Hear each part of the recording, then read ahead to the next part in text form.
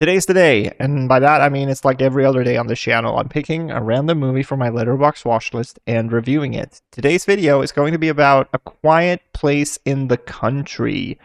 This is an Italian movie with Franco Nero. We got Vanessa Redgrave here. That's fun. I love the duality of Letterboxd on display here. We got one person giving it 2 stars saying it doesn't make any sense, there's no connective tissue, and then a 5-star review right under it saying it's hauntingly psychedelic.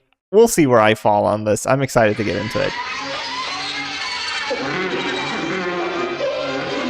It's about time we got an Italian horror movie for this show, since it feels like those make up over half my watch list at this point. Sadly, this one wasn't a giallo though, even though Wikipedia says otherwise. If you want an actual giallo with Franco Nero instead of this movie, I can recommend The Fifth Chord. It's really good. This one, not so much. Not my cup of tea, unfortunately. I'm leaning way more towards camp confusing mess than psychedelic masterpiece. Franco Nero plays a well-respected artist named Leonardo who's lost his spark. He hasn't produced a new painting in over 2 months, so the people whose job it is to sell his art are getting very frustrated with him. One of these people is a woman he has relations with, Flavia, played by Vanessa Redgrave. She weaves in and out of the picture for the majority of its runtime, which I wish wasn't the case because the movie is definitely more exciting when she's there. To restore his creativity, Leonardo buys a secluded mansion, a quiet place in the country, if you will, and becomes more and more isolated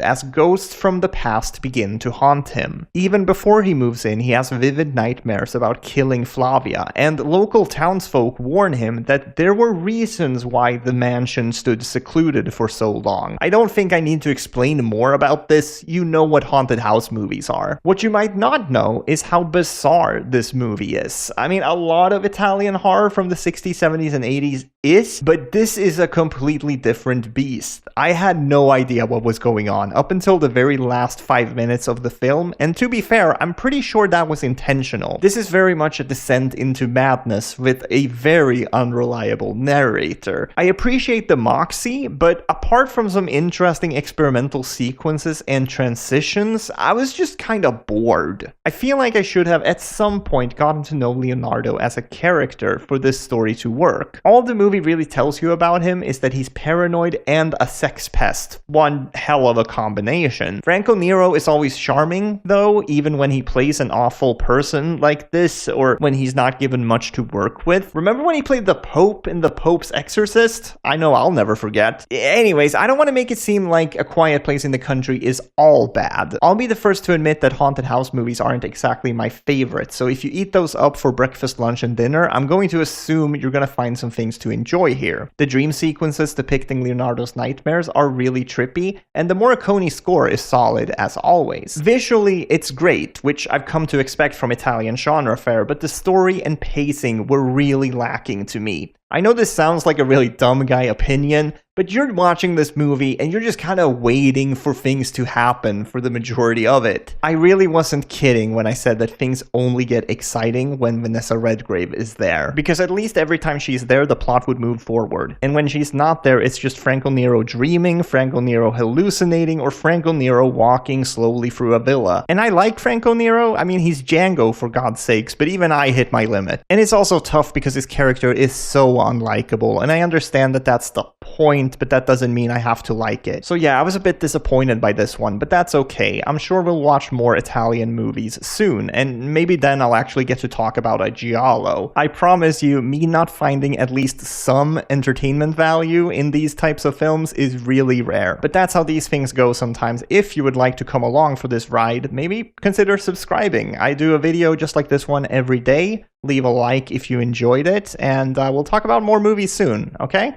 Bye!